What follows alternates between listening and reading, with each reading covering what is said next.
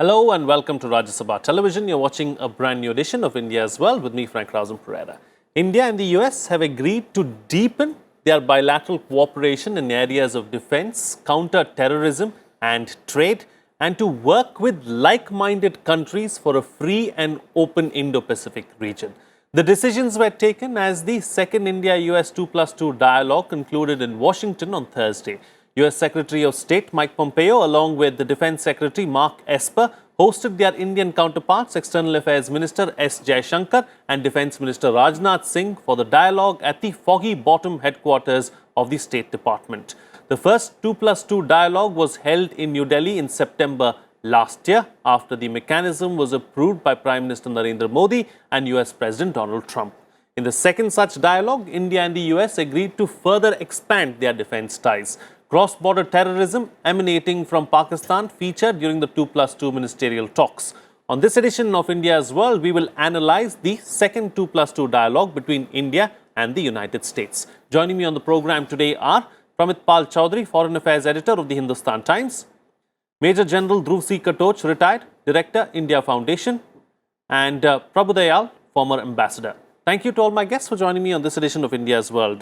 Pramit, let me begin the program with you. Let's first try and understand the backdrop in which this particular dialogue was held. Well, as you know, we have a regular 2+2 dialogue with the United States on foreign policy and defense. We've been moving slowly forward on, as you know, the so-called foundational agreements. SISMOA was signed last time. We're still negotiating the so-called BECA. But at least we got this industrial security annex signed this time. Now, I think I would argue that the heart of the problem is not the strategic side. Our agreements on the Indo-Pacific, even on Afghanistan, insofar as while President Trump wants to leave there, the Pentagon definitely does not interested in walking out. But on the Indo-Pacific, on the strategic side, I gather the talks went very well and have continued to do so. Our problem lies in the nitty-gritty of the defense relationship. We have a basic problem. We have a number of fundamental structural problems as to why we cannot integrate our defense relationship more strongly than we have right now. One is the issue of being able to buy American weapons, one that's very expensive. The American red tape regarding their technologies and so on is probably the worst in the world. Second is that our private sector finds it difficult to work with the American private sector. They're much larger, they're much more expensive, their technologies are complicated. And right now this government's program, the Modi government's program, is to be very, very aggressive on indigenization. And so the Americans may have the best technologies on the defense side, but their other problem is that they already have a fully integrated warfare system. In other words, when you buy one of their systems, they are electronically linked to everybody else. We have had a tradition of buying bits and pieces from across the world, which simply doesn't fit in with what the Americans give us, can provide us, or what they do technologically. But the ISA is very useful because it makes it easier, at least, for the indigenization to continue with some American engagement. A lot of the American companies, Lockheed and Boeing and so on, have said, we can't manufacture certain components in India because of the technological restrictions of the USA. The ISA will allow that, at least another window, a small one, to open up for a greater degree of American investment and American defense manufacturing on Indian soil. Okay, all right. Ambassador, what were the key takeaways for you from the second 2+2 dialogue? Well, for me, the key takeaways were that the relationship is not only deepening, as you mentioned in your introductory remarks, but it is also widening in a considerable fashion. If you look at the joint statement, it covers such a wide variety of issues that really one wonders what is really left out, because everything from the environment, energy, trade, Pakistan, Afghanistan, Indo-Pacific, military cooperation, strategic alliances, the Quad, everything is included in the joint statement. And for me, it's very important that the United States has supported India's membership of the NSG and also said that it favors a permanent role for India in a reformed Security Council. At the same time, calling out Pakistan by name and saying that it should not allow its territory to be used by terrorist outfits for carrying out terrorist acts against other countries is very significant. And the Americans have not stopped short at naming amongst the terrorist organizations listed in the joint statement the Lashkar-e-Taiba and the Jaish-e-Mohammed, which really must have come across to our side as something that the Americans were doing to be more in consonance with our thinking on terrorist issues. The Indo-Pacific, as you mentioned in the introductory remarks, figured very prominently during the talks, and very significantly, while China is not mentioned, but there are some oblique references which are very clear to anybody who can read between the lines. For instance, there is a reference to lack of transparency sometimes in the development of infrastructure, which clearly shows the references to China's financing and thereby trying to wield control and gain direct or indirect control over those countries, because that sort of financing lacks transparency. So there are a number of issues which are addressed in the joint statement, which were covered in the talks, trade for one, because there are serious problems which the two countries are trying to overcome in regard to trade. But apparently, from what I could make out, some progress has been made, though of course a lot of ground still remains to be covered. Right. Of course, the General will speak about this in more detail, I'm sure. But the fact that it has been decided to continue the Tiger Triumph tri-services exercise and also to continue the Malabar exercises shows that the two countries are cooperating and coordinating very carefully the idea of defense cooperation and with regard to such exercises. So I think that the groundwork has been laid for a more far-reaching relationship. That is the basic takeaway from me. Okay, all right. General, you know, from a defense cooperation point of view, from a strategic point of view, what were the highlights for you? You know, I think this has been a very positive development. You know, this has been, it has continued for the second year. And I haven't seen any negative takeaway at all. Everything which has come out is really in the positive domain. It may not be as much as we want, but that doesn't really matter. I think there has been forward movement in each and every sphere. Leaving aside the economics part of it, because that is a different ballgame, simply on the security aspect, I think there are three things which are of very deep concern to India. One is the Indian Ocean, the Indo-Pacific region, because we would also like to go to the South China Sea. This is an area of concern because of Chinese entry into this region. And while that entry is limited now, the potential because Chinese Navy is growing at a very rapid rate, and that potential is going to increase further and further. So I think when we are looking at the Indo-Pacific and you are having an agreement on that, and when they are using words like free, open, inclusive, peaceful, and prosperous, you see, each word is very, very significant, especially the first word, free, because that freedom is actually restricted in the South China Sea, which is really the cause of concern, not so much in the Indian Ocean, which gives us much more ground for cooperation. So I think this, when we are talking of the Indo-Pacific as a strategic takeaway, I think this is a very significant takeaway. And in my view, it is going to be developed further with the Quad as we go down the years. Say within the next decade or so. I think the Quad is going to take shape in a very, very strong way, where we include, besides India and the United States, the Quad also comprises Australia and Japan. And when you look at the geographical location, you see Japan on one corner, India on the other, and Australia very strategically located in the center. And the US has got a presence all across. So when we see that, I think this will be a very strong bonding effort. I think the second thing is that when we are looking at the security aspect specifically, I think when we are looking at terrorism, the takeaways are again very, very positive. Now, while Pakistan has been called out by name as enunciated by the ambassador just a few minutes back, the question is, nobody is going to really fight our battle except us. But having said that, I think with the cooperation which can go on now, Most of the cooperation, I think, is going to be in the intelligence sphere. And when we are looking at counter-terrorism operations, I think 50% of the battle is really intelligence. So getting cooperation from them, because we are also in a position to give inputs to the Americans. They are also vulnerable. It is not simply our vulnerability. So I think it is a mutual benefit game. They have got very strong assets, especially technological assets. We have got very strong assets, especially ground assets. So I think both of them can be mutually, it'll be mutually beneficial to both. And with this cooperation, I think we should be we'll be better prepared. Not that we are not that we are weakly prepared. No, we are well prepared. But I think the degree will certainly increase. This is the second aspect. The third aspect, I think, is when we are looking at defense production. Now, I think it is very significant because we have our Make in India in the defense sector has not really taken off, and it is not because of any other reason. Defense is a long-term project, and our private sector has traditionally been very weak. Because we didn't allow it to come in. Now that we have allowed it to come in, you have seen the excellent quality of artillery guns and other equipment which are being produced.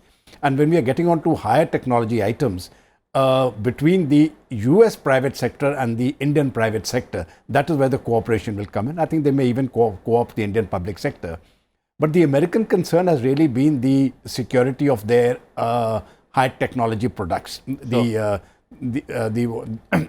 I think that is really their concern, and that concern has actually been addressed in the ESA, which has been done, because they've got a system to ensure that the technology will not be leaked out. Right. I think so. That is a very important component, and I think we are going to see much more of a Make in India within the next 2 to 3 years with this particular cooperation. Okay. All right. Taking the discussion forward now, since trade was raised earlier in the program by the ambassador.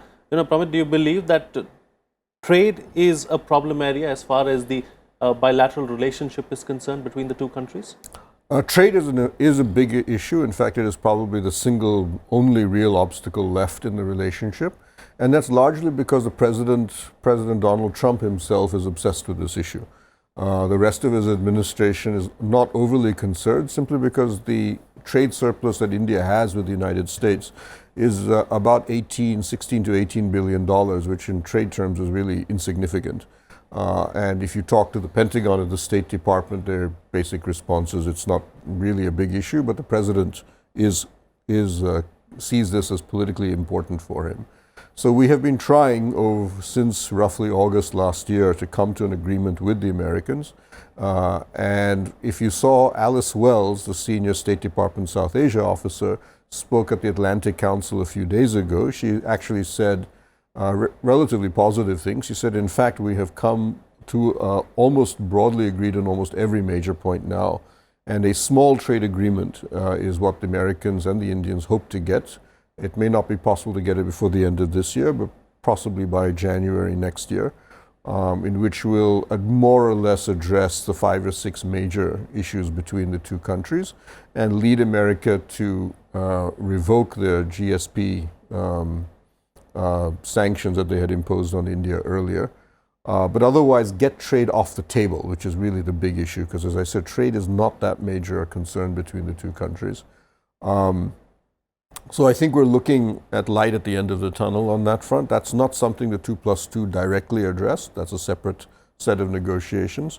But if Alice Wells' statement and combined with Piyush Goyal's, our Commerce Minister's public statements on this issue, indicate that we are now 95% of the way to a final agreement to get trade off the table and allow us to move forward in other areas, which the 2+2 covers. Okay, all right. And, Ambassador, broadening the scope of the discussion now, let's talk about how the bilateral relationship has evolved in recent times, especially having two strong leaders, spearhead the two countries.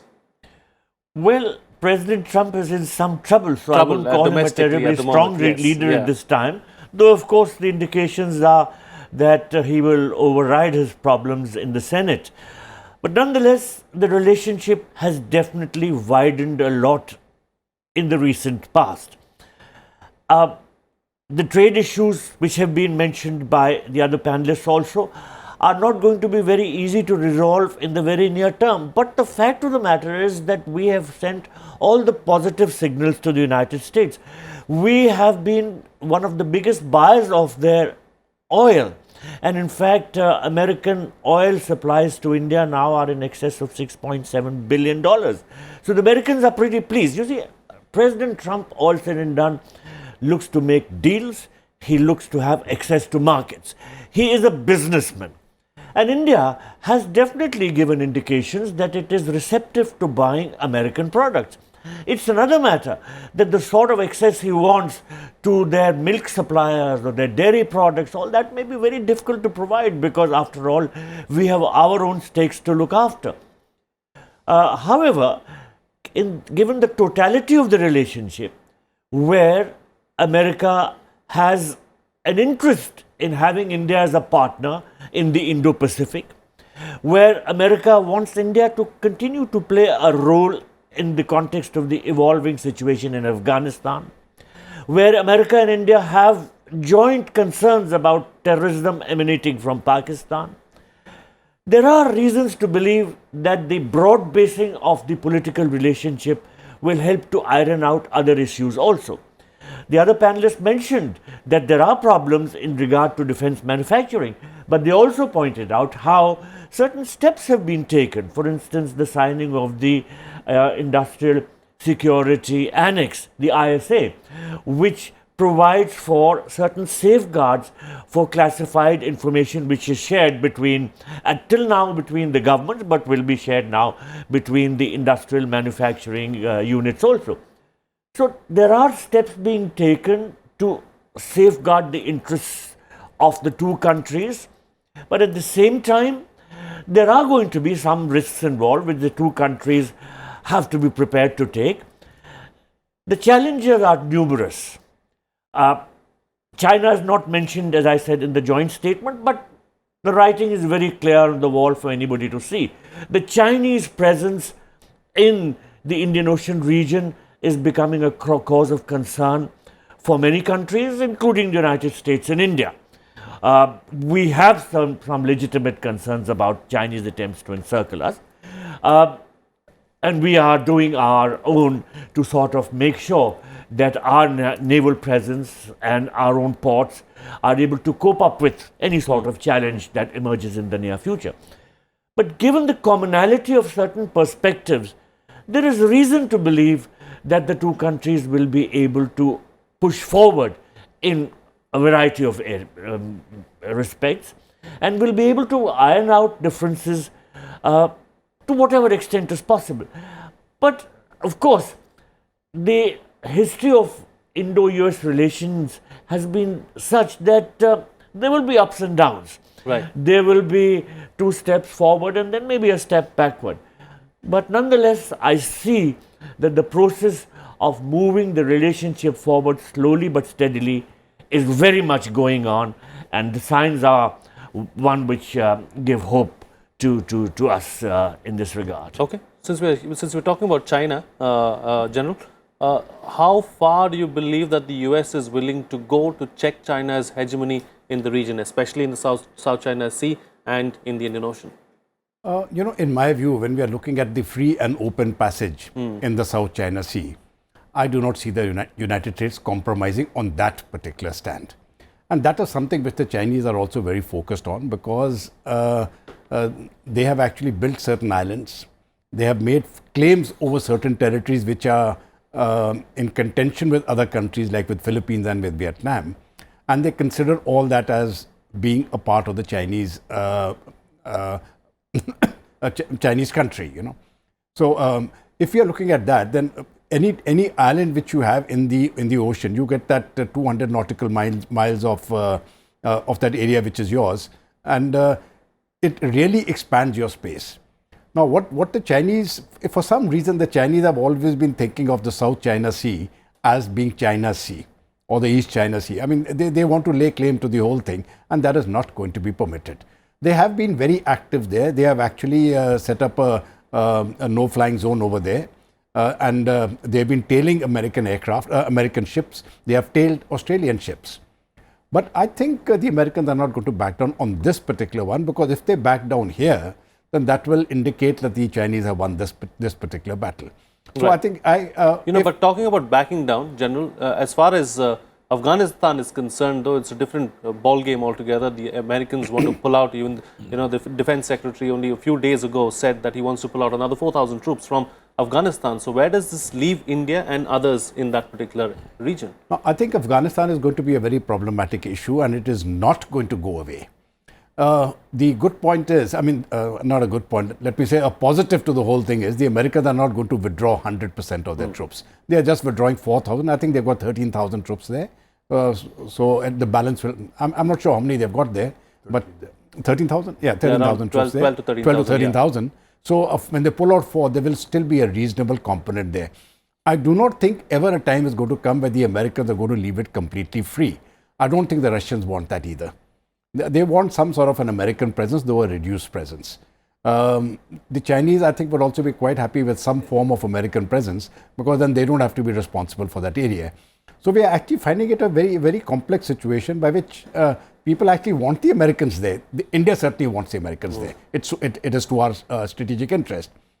But I don't think the Chinese and the Russians are averse to American presence, but a reduced presence by which they can also play a major role.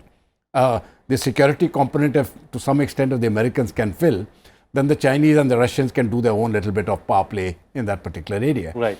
But I think the most worrying thing is that if the Taliban comes back into power, under any sort of sharing arrangement, they will assume total control.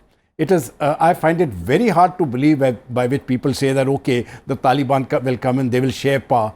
The Taliban will not share power. They will take it all. And I think that is one fact which we must understand.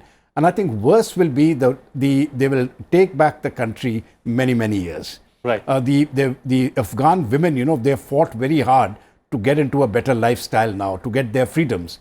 I think they're going to lose all those freedoms at one stroke. Sure. So those are the problems which I think the Afghans will have to handle on their own. For India, the problem is going to be terrorism, because if the Taliban assumes control there, a large number of those fighters are free. And most likely then they would like to come to India or to Pakistan, because they've also got their own problems of the Durand line. Right. So let's see which way it plays out. But it will be there will be concerns as far as India is concerned. Absolutely. Okay, closing comments now from all my guests, starting first with you, Pramit. As far as some of the domestic issues are concerned, something that the ambassador touched upon in his previous remark, as far as the impeachment proceedings, as far as Trump is facing back home, or the protests that we are facing here in India, how much of all of this is going to have an impact on the bilateral relationship? Well, as far as Trump is concerned, the impeachment has had absolutely no damage to his political standing. In fact, if latest polls indicate his support has actually increased thanks to the impeachment process. It's mobilized the Republican base, and he's actually seen his approval rating rise to 46% from about 42, 43. So whatever else is happening at the Republican base of his support is not shifting at all. The real question remains is where do the independent vote, about a quarter of the American vote, which remains in play, and that will depend to a large extent on who the Democrats choose as their candidate. If they go too far left, a lot of those independents will switch back to Trump. So that's a game in play that we don't. But so far, I would argue the impeachment has had no impact on Trump domestically. The second issue that you've mentioned, which is the increasing criticism, largely from the left wing of the Democratic Party, on what's happening domestically in India, whether it's Article 370 or the Citizenship Amendment Bill and so on. That is a concern, and right now at least one of the Democratic leading candidates, Bernie Sanders, has come out publicly and attacked us. The others have remained more or less quiet on this issue. And that's going to be a bridge we're going to cross. We'll have to see how far who the Democratic side comes to dominate their political system, and how many of the left wing come to power. We were, for example, extremely nervous that the British Parliament in this election was going to be the most hostile to India because there was an unusually large number of left-wing and Muslim candidates, all of whom had expressed things. But as it is, almost all of them went down in defeat in the British election. So that basically became a zero issue as far as we were concerned. So we'll see what happens. But I think fundamentally, of course, is that What we are going to have to show eventually is that the process in what is happening in Kashmir is ultimately to create a more democratic environment over time. Right. The Citizenship Amendment Bill is fundamentally about giving greater refugee and asylum to people seeking it from outside the country. So these are issues that will ultimately, those opinions will change once we actually are able to implement them and show what they're really about. Okay, all right. And Ambassador, what does 2020 look like for the bilateral relationship between India and the United States? Well, the Americans will be very busy with the presidential election which will be taking place that year. Trump, as Pramit rightly mentioned, has strengthened his support within his voter base. But of course, an election is an election, and he, as well as everybody else who matters in the American political system, will be very busy. We have to iron out our problems, particularly in our own neighborhood. You mentioned that the situation in Afghanistan is such that it may cause us some concern. Certainly it will. And that is why we have made sure that in the joint statement, there is a mention that the Afghan peace process should be Afghan-led and Afghan-owned. Because what we don't want is a Pakistan-controlled Afghan peace process. The Americans have been willing to let the Taliban play a role which is certainly disconcerting. We have to play our cards very carefully in 2020. First of all, to sort out our own bilateral issues with the United States on trades, on H-1B visas, on defense cooperation, because the Americans want to have a greater and greater chunk of the Indian defense market. At the same time, we should use whatever relationship that exists or whatever direction it involves to our advantage, particularly in regard to Pakistan, China, and wherever else we are facing certain difficulties. Okay, all right. And General, close the show for us with your brief concluding remark on the best way forward. Now, I think one of the things which we should keep in mind is that when a relationship is going forward, there will always be blips. So when a blip occurs, we shouldn't start screaming and saying what has happened to that relationship. I think we should take it as part of the system. This is an upward moving relationship and it is going to continue to grow. But during that growth, there will be blips, which I think should be understandable. It is something like a statement which was issued by the International Commission for Religious Freedom when they made out a statement. Now, I really don't think we should take those statements seriously, which I have mentioned in one of these programs here only. But at the same time, because what you need to fundamentally understand is the State Department doesn't take them seriously. So when statements are made by political leaders in the United States, they have a domestic audience, and they are also a very thriving and noisy democracy like ours. So everything which is said by each and any senator of the Americas doesn't really should not really perturb us too much. Having said that, I think this relationship is going to grow. It still needs a lot of nurturing, but I think both the countries are strategically aligned. Everything is aligned perfectly at this point of time, and 2020 will only make it go better. Okay, all right. On that note, then we'll call it a wrap on this edition of India's World. Thank you to all my guests for joining me on the program and putting things into perspective for us.